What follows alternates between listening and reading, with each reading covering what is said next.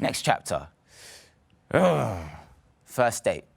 Okay. First date with this new person, it's unknown, and the nerves come.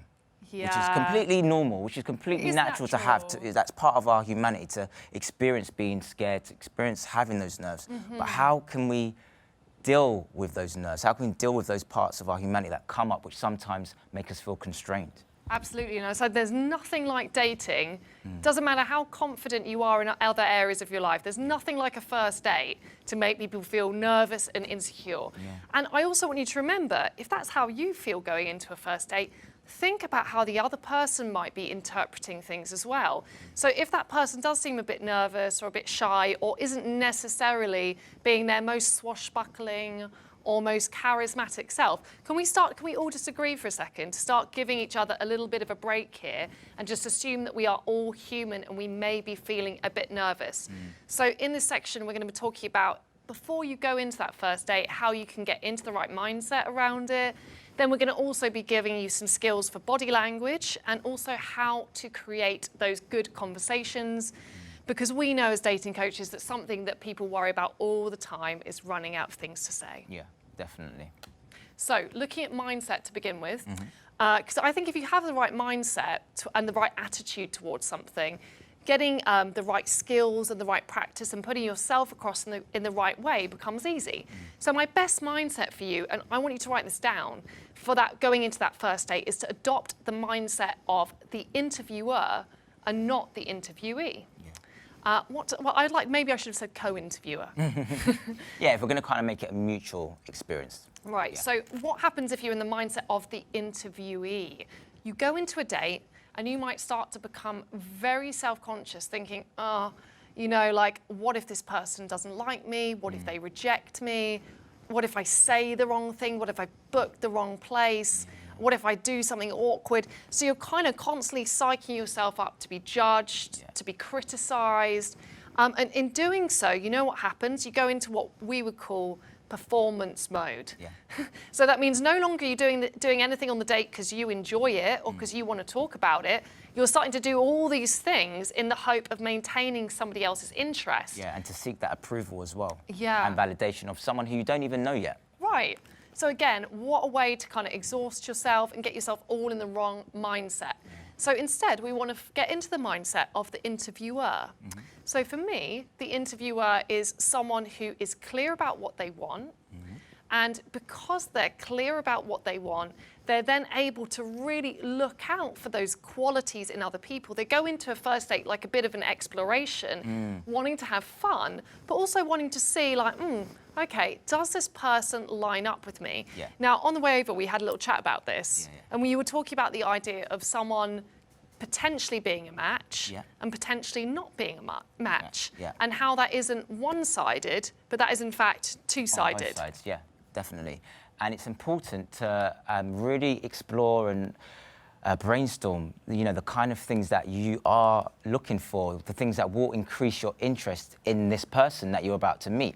As well, you want to talk about things that you actually are passionate about, that are authentic for you, that you actually enjoy exploring as well. We can often find ourselves feeling that we need to just talk about particular topics. Don't have a just for the silence, sake don't of have it. a silence, yeah. Right, yeah, exactly. So you just talk for the sake of it. And with the idea of being the interviewer, you did say a key point about having fun with that as well. So you're being playful with it. So it's not like, okay, I'm here to interview you. What's your favorite color?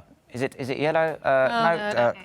It's not like that. It's meant to be this back and forth flow where you both are experiencing the exploration of being curious of each other, but around things that are of interest to both of you. But you don't know what's going to be of interest to that person, but you only know what's of interest to you. So by you being able to share and bring up the things that you are interested in, you get to see, okay, does this person kind of line up with similar values, similar hobbies, similar interests as well as me?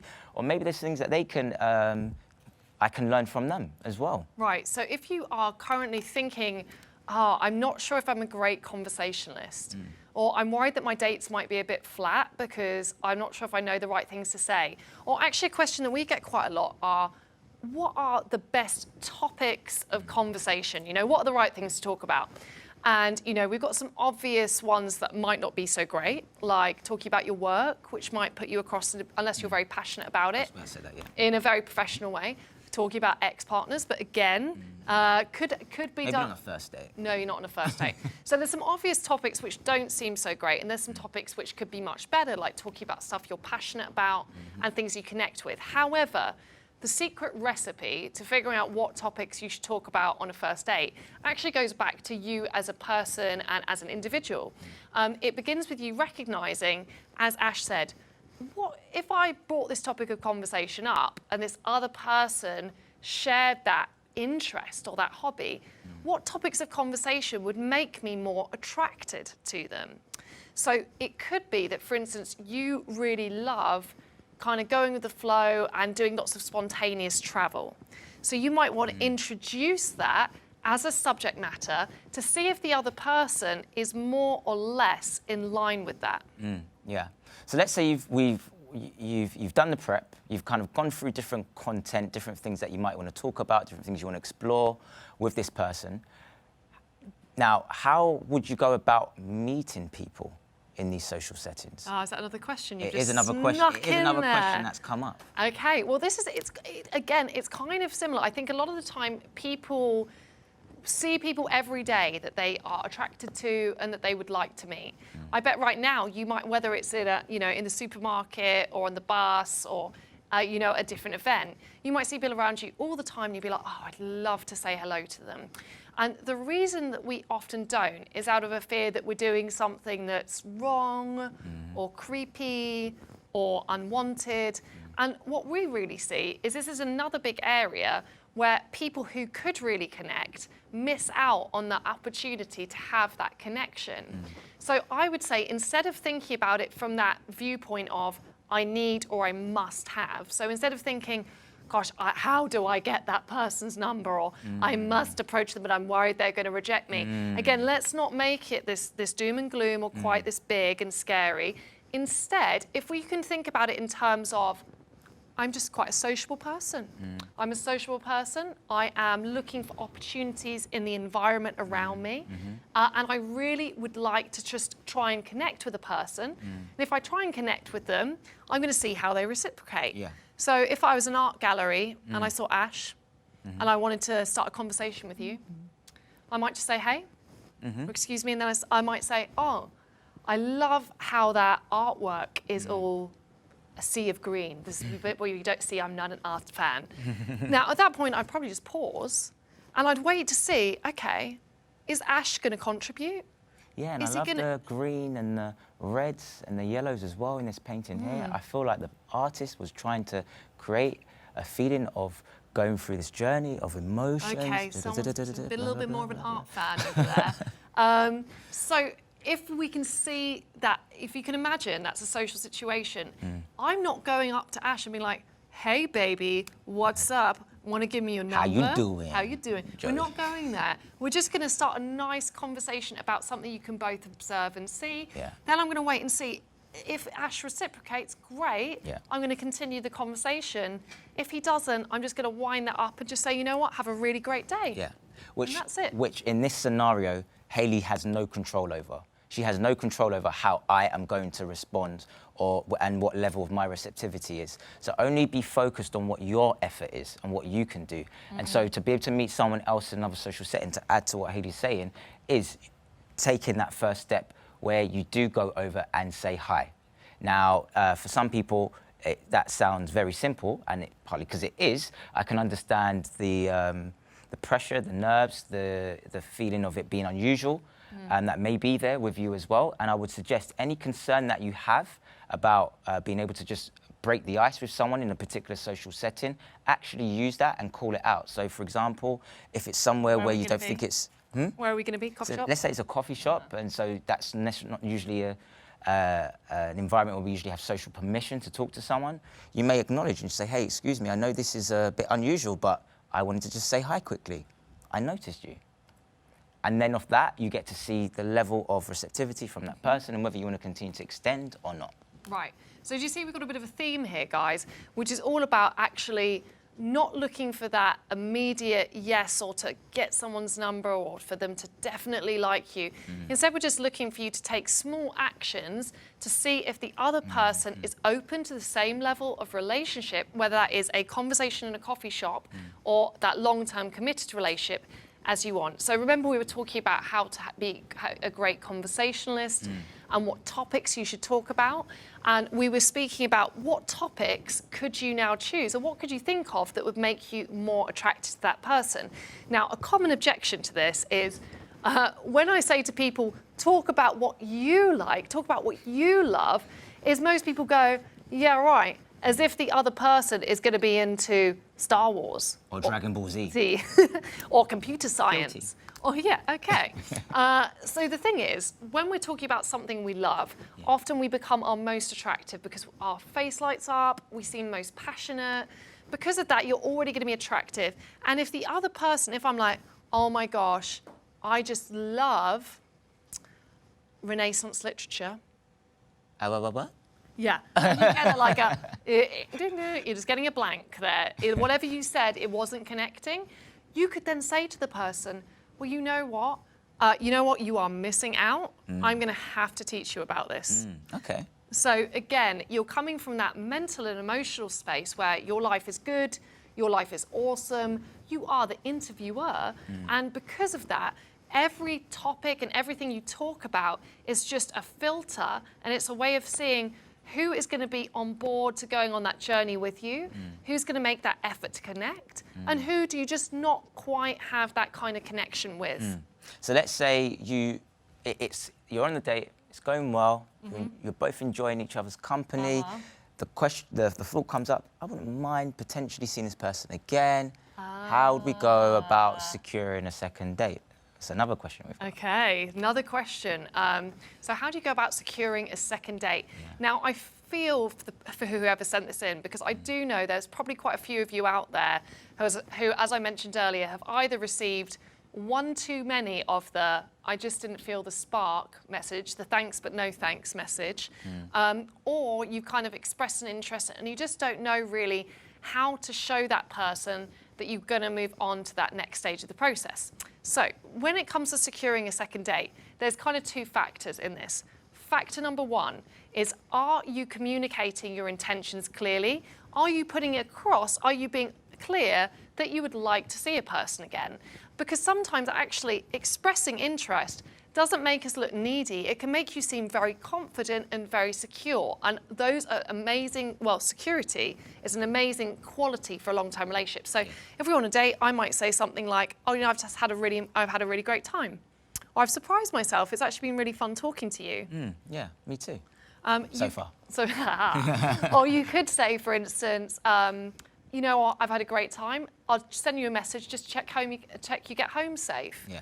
Or I'd really like to see you again. This has been awesome. If you're saying that, it doesn't make you look, it doesn't make you look needy. It makes you look secure in what you want. And for a long-term relationship, that's a beautiful quality. Clarity. Clarity is good. So thing one, have you got clarity? There's another side to the coin though, which is how receptive the other person is. If you feel that you've turned up on that date, you have spoken about stuff you love, you've communicated yourself clearly, you've shown your intentions in a nice and secure way, that is the part of the date that is within your control. And that's the bit you want to take personal responsibility for. However, there is another half of the date which the other person has to take responsibility for, which is how open are they to that, how much connection did they feel, and where are they at in their life right now. So really, you need the stars to line up for them too. And a lot of that doesn't rely on how amazing your performance was or how great you did. A lot of that is actually how they turn up to the date in the first place. Yeah. We've got another question here, actually, from John. Hey, John. And he's asking, is it okay to hold hands on a first date?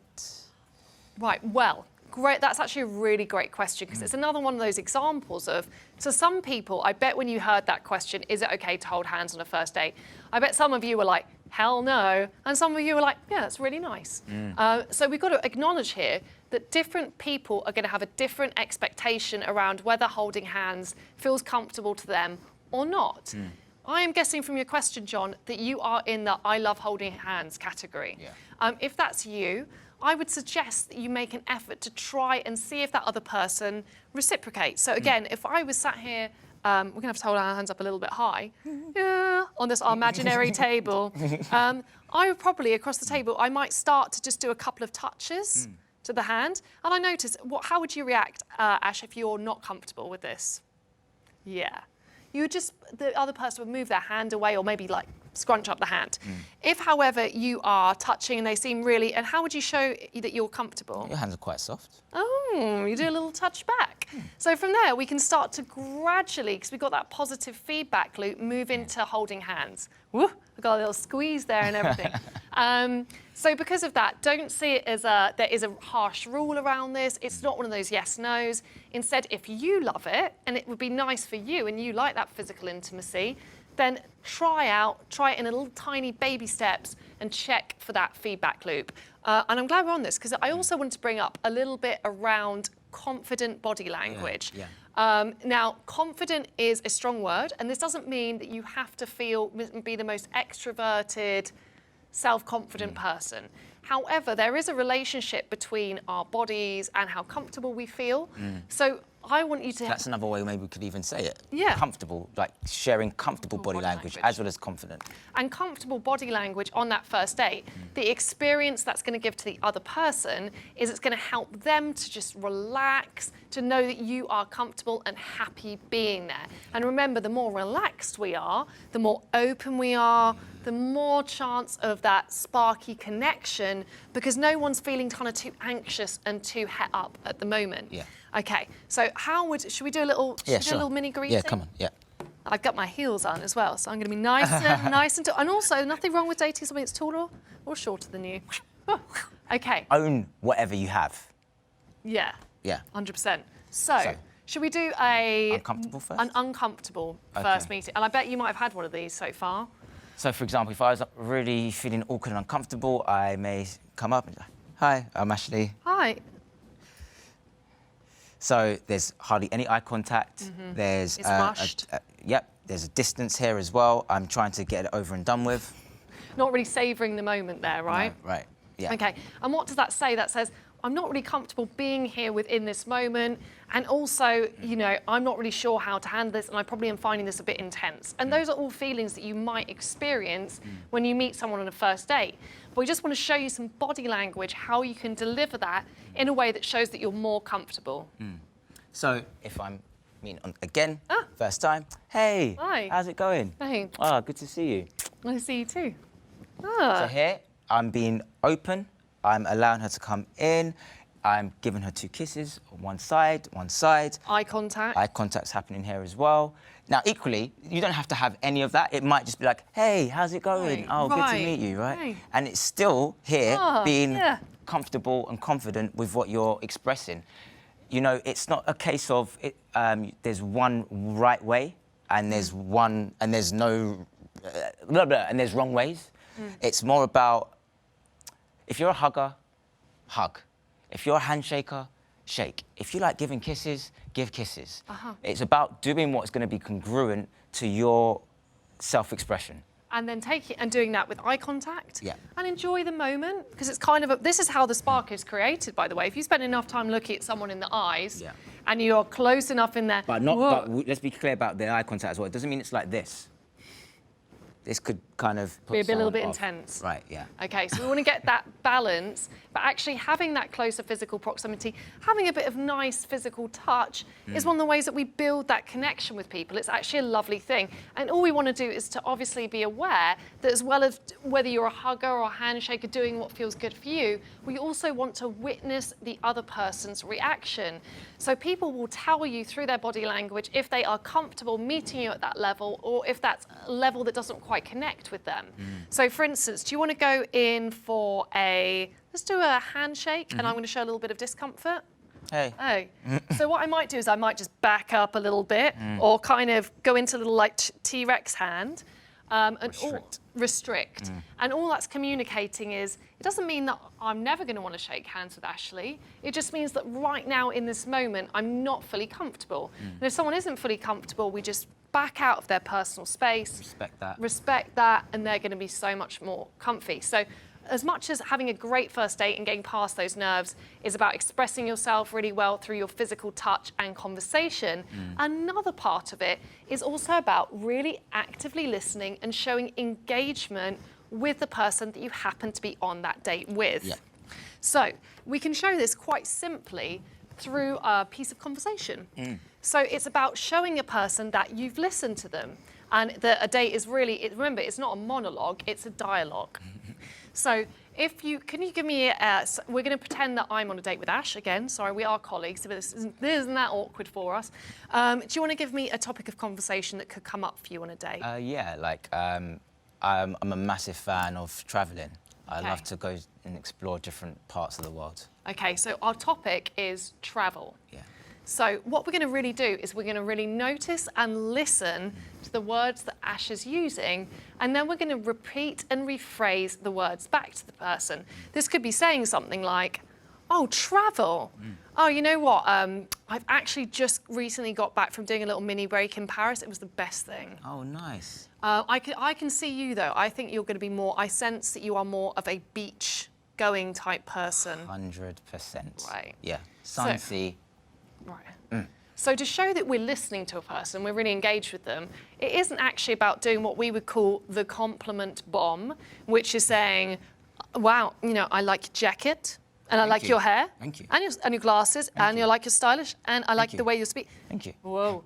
Immediately, by doing the compliment bomb, we come across like, again, like I need you to like me, that this interest isn't very... Sounds a bit insincere. It does sound insincere because we haven't really... People-pleasing. Exactly, and you're not a people pleaser. Remember, you're the interviewer, not the interviewee. Yeah. So instead, a much more effective way of demonstrating this is that we want to get you to actively listen to the person.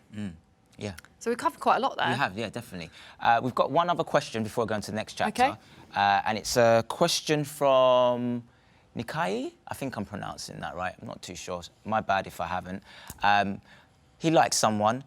He sees her often when he goes to the library. He wants to ask her out. How can he do that? First of all, love a library romance. Who doesn't? And you can see someone anywhere that you like. The key thing here, again, is about baby steps, and it's about feedback loops. So rather than deciding you like her just yet, remember, you've just seen her. You haven't actually had that time to get to know her and to connect with her as a person. But you can start to give yourself that opportunity. Now, what I would do is I would sit probably a little bit close to the person, or as they're in the queue checking out their book, make a comment and say, I see that you like Renaissance literature. I'm more of a thriller person myself. Now, at that point in time, again, you know, this lady, she can just go, and just go about her daily life, and that's fine. You know, you've checked it out. Or she could say something like... She might offer some information such as like, I'm not really into thrillers, but I did read one time a Martina Cole book because my mum bought it for me for Christmas. Okay. And at what point then you can say, my name's Hayley, by the way. Oh, I'm Ashley. Awesome. Enchanté. Enchanté. So you swap names, and when you swap names, you start to feel a bit more familiar. If the other person seems comfortable with that, then this is the next basis. You can start up that conversation again with them the next time you see them. And then, you know, that will feel a lot more comfy to suggest swapping phone numbers after you've had that period of getting to know one another a little bit. Lovely jubbly. One last thing I want to add to what we've been talking about in this chapter about like dates and being able to deal with the nerves is to be able to give yourself the permission to feel nervous, give yourself permission to feel scared and to feel however you're feeling in that moment. Yeah. So shall we summarise? Absolutely, summarise. Yeah. So going through this, remember, we want to be in the mindset of the interviewer, not the interviewee. We want to focus on having really confident, or should we say comfortable, body language. We want to show engagement with the other person. And in terms of what are good topics to talk about, it's a lot of the time it's actually talking about things that really connect with you, that are going to give you that natural filter to working out if you do have that match with someone. Yeah. So. Perfect, yeah. Next section. So, yeah, next section.